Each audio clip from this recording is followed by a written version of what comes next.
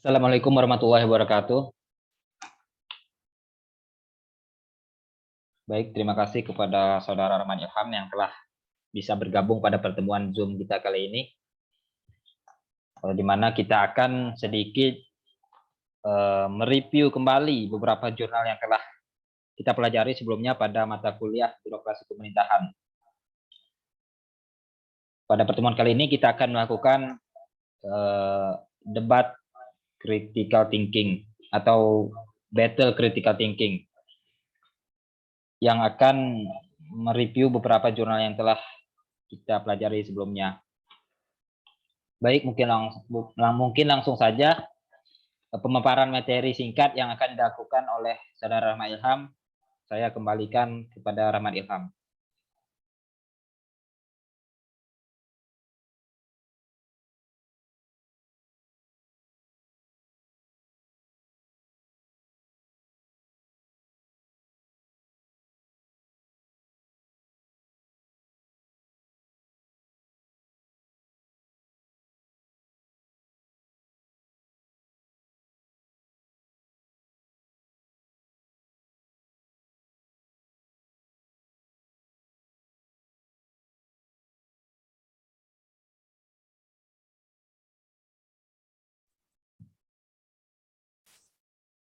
Baik, Bismillahirrahmanirrahim.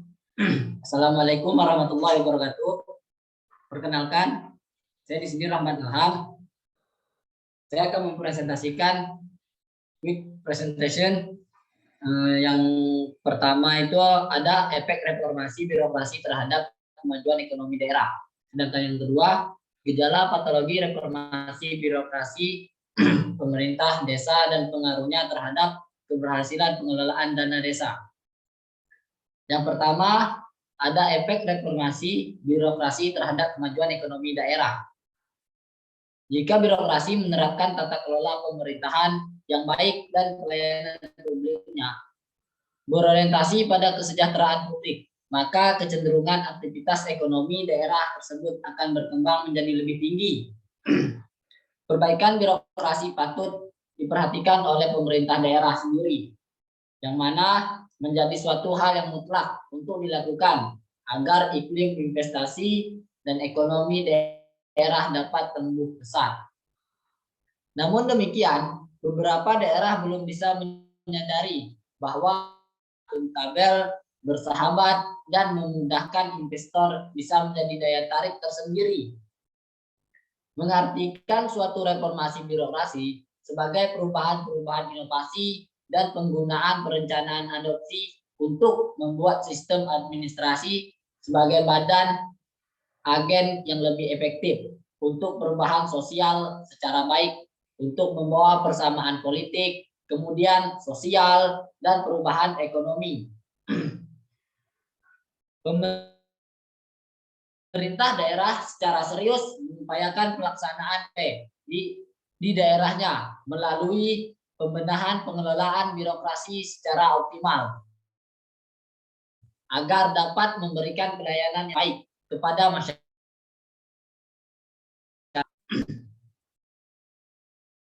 Semakin dorong pembangunan dan kesejahteraan publik yang lebih tinggi pula. Selanjutnya, tema yang kedua yaitu desa dan pengaruhnya terhadap keberhasilan pengelolaan dana desa. Jika diartikan ke dalam ilmu sosial patologi, birokrasi adalah diri manusia dalam bentuk perilaku yang bertentangan dengan perilaku etis yang selalu menentang ketentuan perundang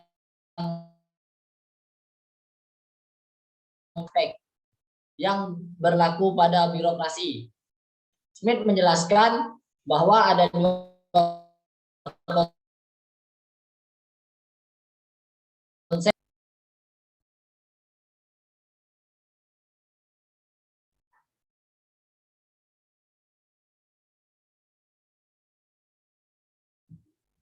di antaranya adalah dispensation of bureaucracy dan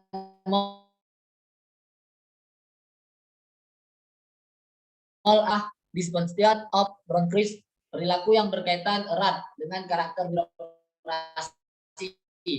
Pada dasarnya, perilaku ini berkaitan dengan kelembagaan, prosedur, dan mekanisme hingga struktur, sehingga mewujudkan kinerja yang tidak maksimal.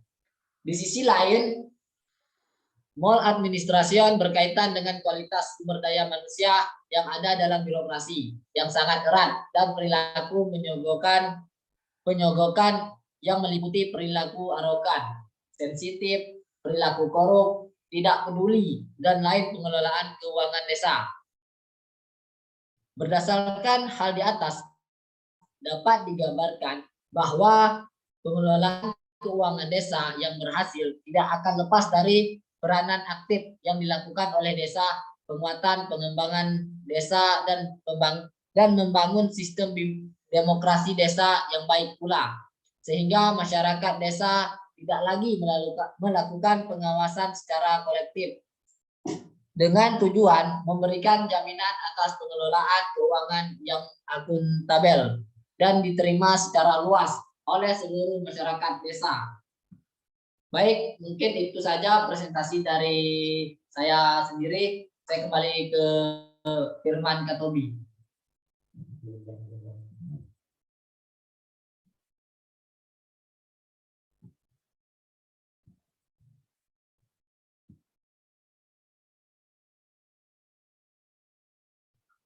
Baik, terima kasih kepada Saudara Rahmat Ilham yang telah dapat memaparkan sedikit presentasi terhadap jurnalnya.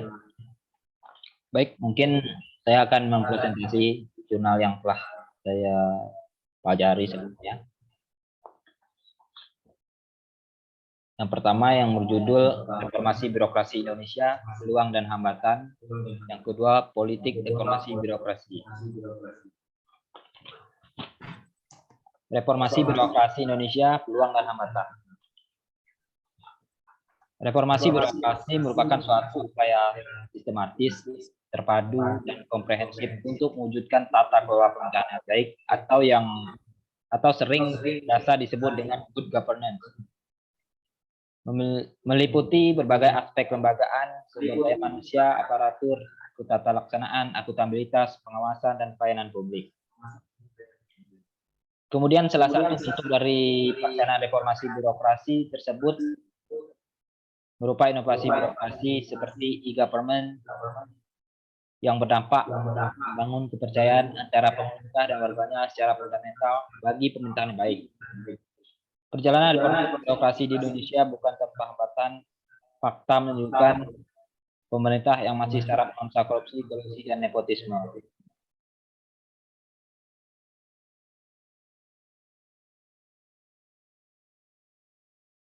Kemudian reformasi birokrasi. Politik reformasi birokrasi. Kondisi birokrasi yang diisi oleh ideologi penguasa yang telah menyebabkan kultur birokrasi yang kental dengan kepentingan include di dalamnya politik dan bisnis. Memang tidak mengherankan menimbulkan berbagai multiplier effect. Birokrasi dibuat untuk menunjang kelenggangan kekuasaan. Itu artinya bahwa berbagai aturan dan prosedur bisa dibuat untuk memaintenance aturan dan prosedur. Bisa dibuat untuk sumber pendanaan politik. Akhirnya lahirlah politik birokrasi yang tersistematis oleh bisnis birokrasi. Politik birokrasi tersebut selain untuk kepentingan penguasa, pusat maupun daerah, tetapi juga akhirnya menjadi etos individu para birokrat. Memang tidak mengherankan jika di negeri ini birokrasi memiliki ciri-ciri negatif, yaitu melekat pada predikat birokrasi yang lama, berbelit, dan mahal, dan tidak efisien. Baik, mungkin itu tadi sedikit presentasi cepat saya. Kemudian langsung saja kita pada sesi critical thinking. Jika ada beberapa saran atau kritikan atau pendapat dari Saudara Mailham bisa mengajukan kepada saya, dan sebaliknya jika ada yang kurang menurut saya terhadap apa yang telah saudara sampaikan, maka saya akan menanyakan Baik, jika Saudara Ahmad Ilham belum ada yang ingin ditanyakan, mungkin saya langsung saja saya ingin bertanya kepada Saudara. Bagaimana Saudara? Apakah ada yang kurang jelas dalam beberapa materi yang telah saya sampaikan tadi, atau mungkin ada pendapat menurut Saudara tentang reformasi birokrasi?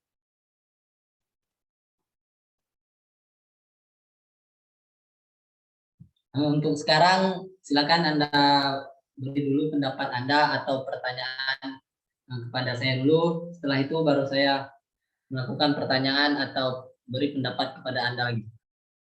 Baik, mungkin saya ingin bertanya menurut pendapat Anda ya. Bagaimana pendapat Anda? Apakah reformasi birokrasi dapat membuat kemajuan ekonomi daerah? Saya ulangi, bagaimana menurut pendapat Anda? Apakah reformasi birokrasi dapat membuat suatu kemajuan dalam ekonomi daerah? Seperti judul yang telah Anda sampaikan tadi. Menurut Anda saja.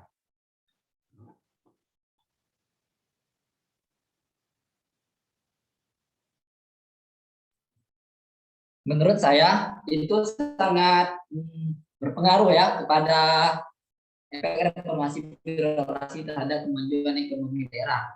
Yang mana jika birokrasi menerapkan tata kelola pemerintahan yang baik, maka di situ pemerintah sendiri bisa mengelola suatu daerah itu dengan menerapkan reformasi birokrasi ini kepada pelayanan-pelayanan publik itu sendiri. Begitu menurut saya.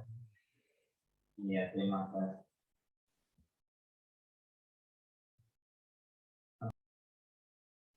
Ya, terima kasih, Saudara. Mungkin saya ingin bertanya tentang jurnal yang kedua ya. Jurnal yang kedua yang telah Anda sampaikan tadi.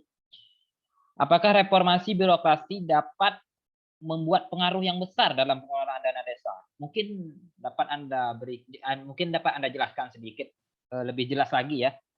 Apakah reformasi birokrasi dapat membuat pengaruh dalam pengelolaan dana desa tersebut? Saya masih kurang jelas tadi apa yang telah Anda sampaikan, saya ingin mengulangi.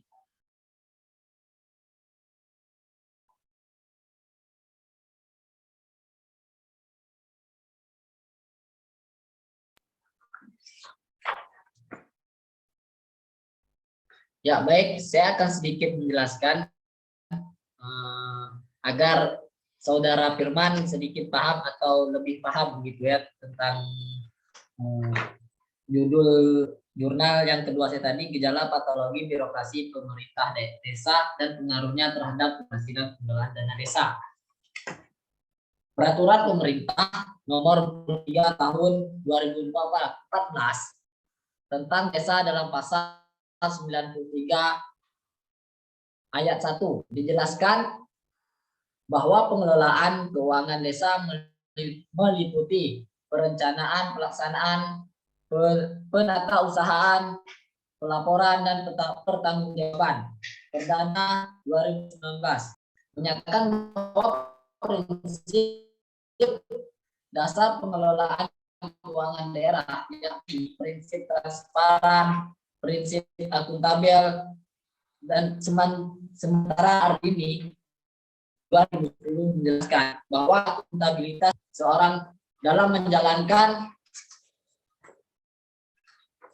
menjelaskan tanggung jawab di atas apa yang dikerjakan dan dipertanggungjawabkan kepada lingkungannya.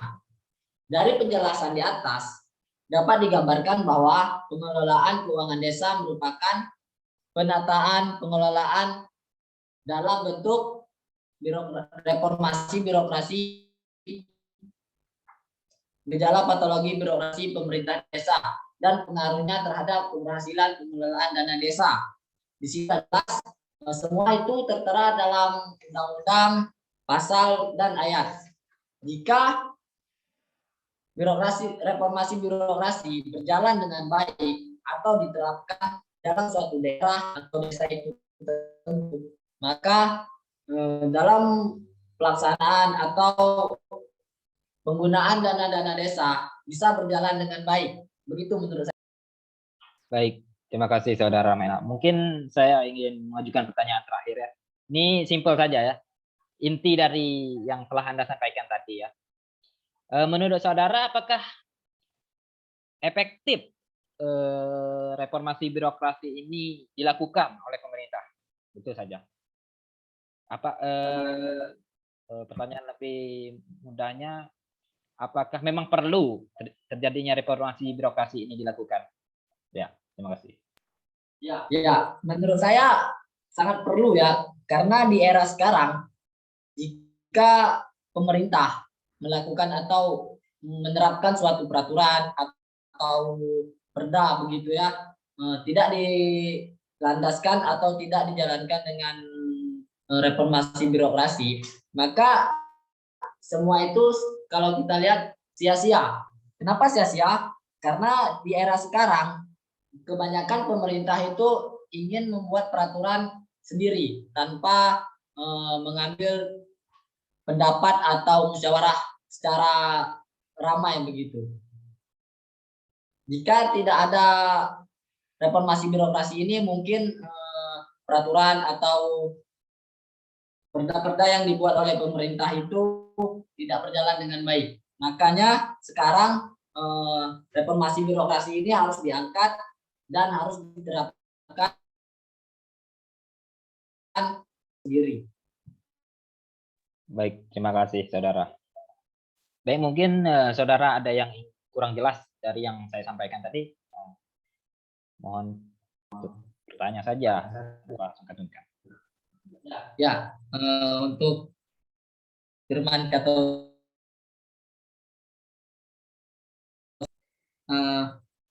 untuk tema yang pertama di situ dituliskan reformasi birokrasi Indonesia, peluang dan hambatan. Yang tentang reformasi birokrasi Indonesia pada saat ini. Dan peluangnya kalau saya lihat dari pembahasan Anda sedikit pun tidak ada peluang. Tolong jelaskan.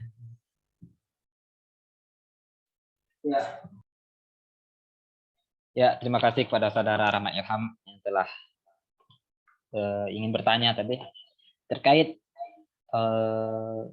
hambatan reformasi birokrasi ya.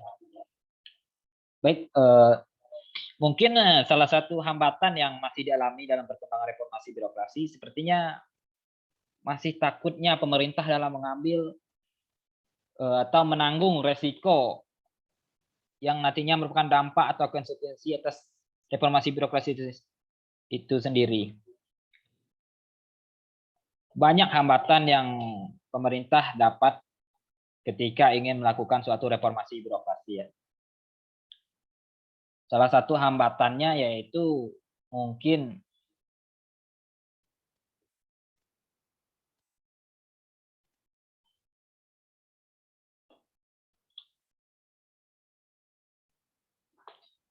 belum bisa diaplikasikan kepada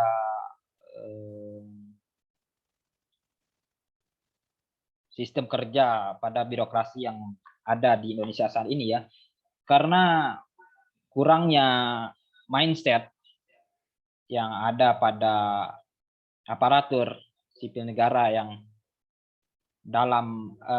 di dalam suatu birokrasi tersebut, sehingga menyulitkan untuk melakukan perubahan secara cepat. Hambatan-hambatan seperti inilah yang dapat memperlambat reformasi birokrasi. Mungkin itu saja yang saya ketahui hambatan yang didapati oleh pemerintah saat ini. Mungkin apa Saudara pertanyaan yang kedua tadi? Sebelum hambatan tadi.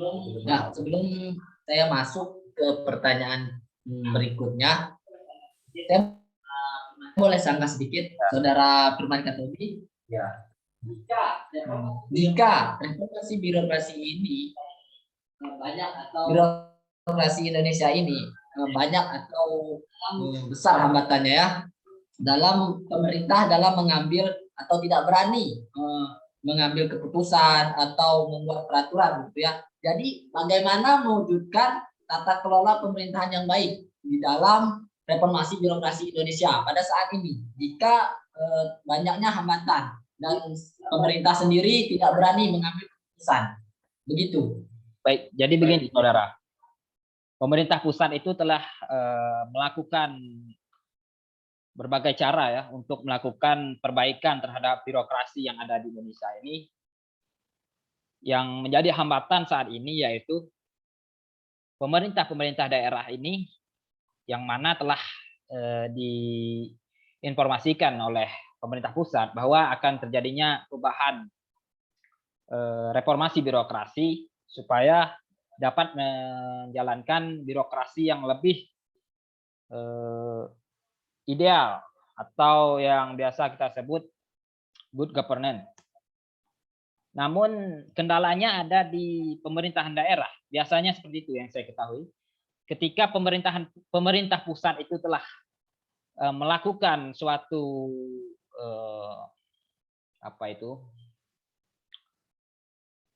keputusan, memang pemerintah pusat itu telah membuat suatu keputusan, tapi pemerintah provinsi, pemerintah daerah itu tidak bisa menjalankan itu.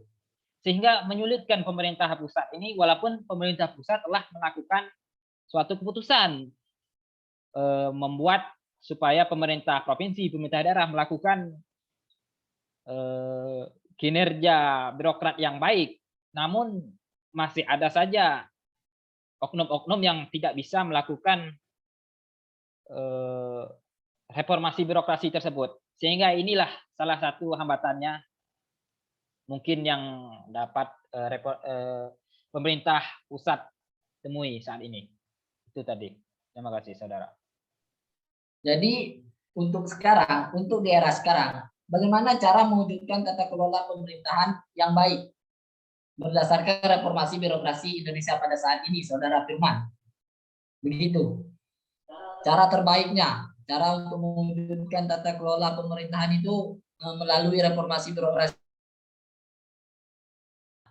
Ya, baik. Menurut saya untuk menjalankan suatu birokrasi yang baik, pemerintah pusat ini sudah berperan penting ya. Dia telah melakukan suatu pembicaraan kepada pemerintah daerah, pemerintah provinsi untuk melakukan birokrasi yang lebih baik. Namun ini salah satu hambatan tadi yaitu pemerintah daerah, pemerintah provinsi ini memang belum bisa menjalankan. Sehingga memang membutuhkan waktu yang cukup lama ya untuk menjalankan birokrasi yang baik tersebut. Memang ya inilah pentingnya anak generasi muda sekarang ini bisa menjadi penerus-penerus yang sekarang ini. Sehingga mampu membuat suatu birokrasi yang baik tadi. Memang saat ini ya memang sulit. Memang bisa dikatakan sulit ya untuk menjalankan suatu birokrasi yang baik.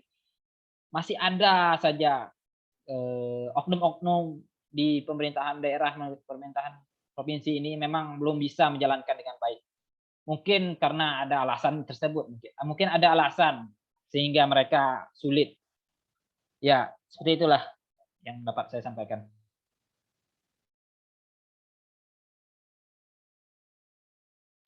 Baik, menurut saya cukup jelas ya pernyataan atau jawaban dari Saudara Firman. Baik, saya akan masuk ke pertanyaan kedua, yaitu tentang politik reformasi birokrasi ini. Ya, pertanyaan pertama itu di penjelasan Anda tadi dijelaskan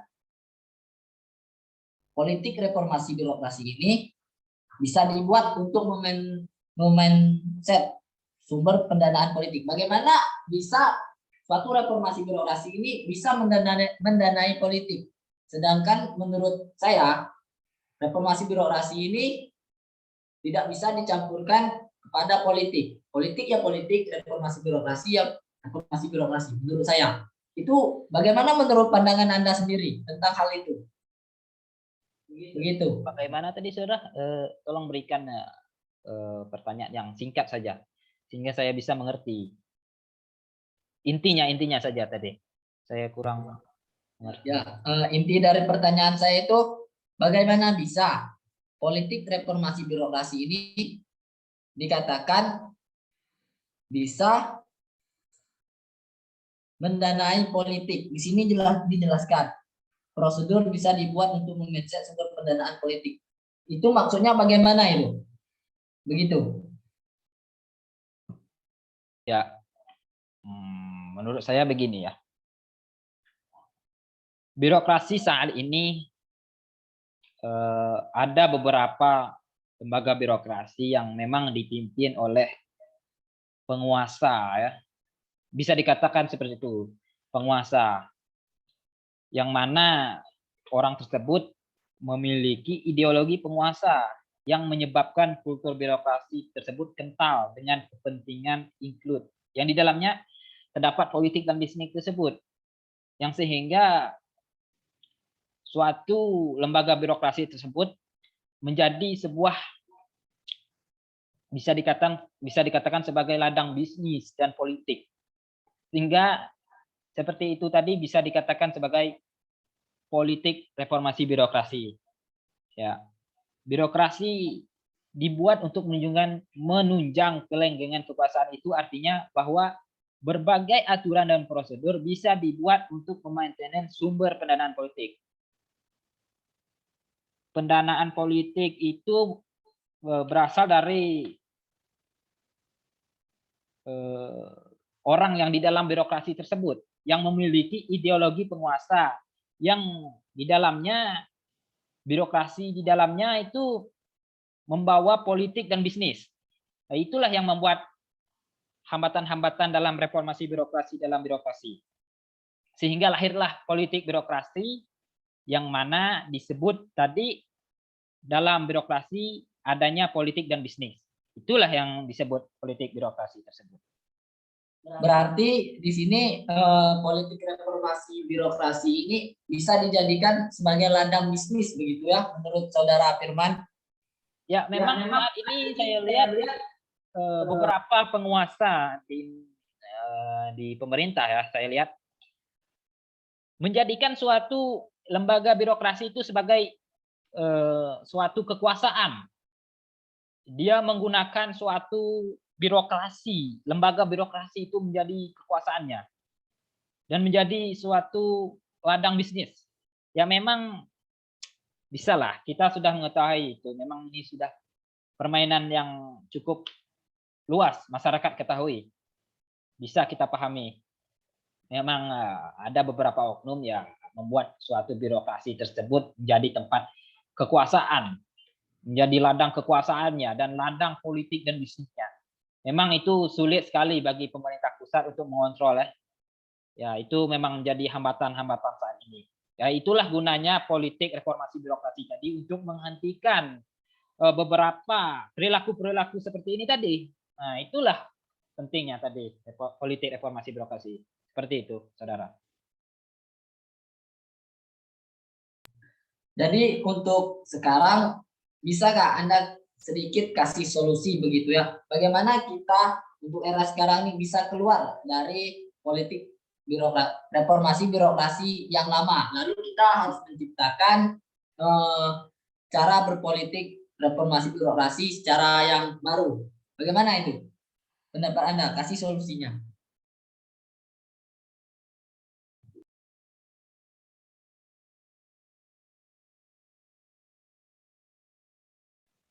Ya, baik.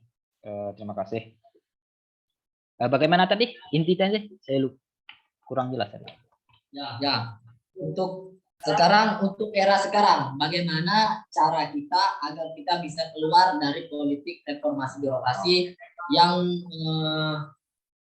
bertemakan bertajuk begitu ya, tentang bisnis itu bagaimana kita bisa keluar dari hal itu, lalu kita menciptakan reformasi birokrasi secara baru tanpa melibatkan atau bagaimana ya, tanpa melibatkan bisnis atau pokoknya tentang reformasi birokrasi secara baru lah begitu. Baik, terima kasih Saudara. Ya, ini mungkin menjadi jawaban terakhir saya ya dalam sesi pertemuan kali ini. Karena berhubung waktu sudah hampir menunjukkan 4 menit ya. Baik, langsung saja. Bagaimana menghentikan birokrasi yang menjadi sebuah ladang kekuasaan dan politik di dalamnya itu memang ini tugas pemerintah pusat ya. Pemerintah pusat memang seharusnya lebih tegas pada oknum-oknum yang berada di dalam lembaga birokrasi tersebut untuk dapat menghentikan menghentikan apa yang telah kita ketahui selama ini, bahwa beberapa oknum itu membuat birokrasi itu menjadi sebuah ladang kekuasaan dan kepentingan politik dan bisnisnya. Ini memang tugas dari pemerintah pusat untuk lebih keras lagi dalam menertibkan beberapa oknum ini. Ya memang menurut saya ini harus diberi suatu teguran dan memang seharusnya dibuat undang-undang ya. Dibuat undang-undang untuk dapat menertibkan beberapa oknum-oknum yang terdapat di dalam birokrasi ini untuk lebih ditertibkan kembali dan memberikan efek jerah kepada setiap orang yang akan mendapatkan kekuasaan di dalam suatu lembaga birokrasi tersebut. Baik, mungkin itu tadi sedikit jawaban singkat saya. Mungkin banyak kesalahan yang saya sebutkan tadi. Saya mohon maaf bila ada kekurangan dalam penyampaian jawaban saya tadi. Saya mohon maaf. Baik, mungkin cukup sampai di sini ya, Saudara Ilham. Sesi pertemuan Zoom kita kali ini, berhubung waktunya sudah habis. Ya, saya mengucapkan terima kasih sedalam-dalamnya kepada Saudara Rahmat Ilham yang telah sudi hadir dalam pertemuan Zoom kita kali ini dalam membahas jurnal-jurnal yang telah kita pelajari selama ini di mata kuliah birokrasi pemerintahan. Mungkin sekian saya akhiri, wabillahi taufiq wal hidayah. Wassalamualaikum warahmatullahi wabarakatuh. Waalaikumsalam warahmatullahi wabarakatuh.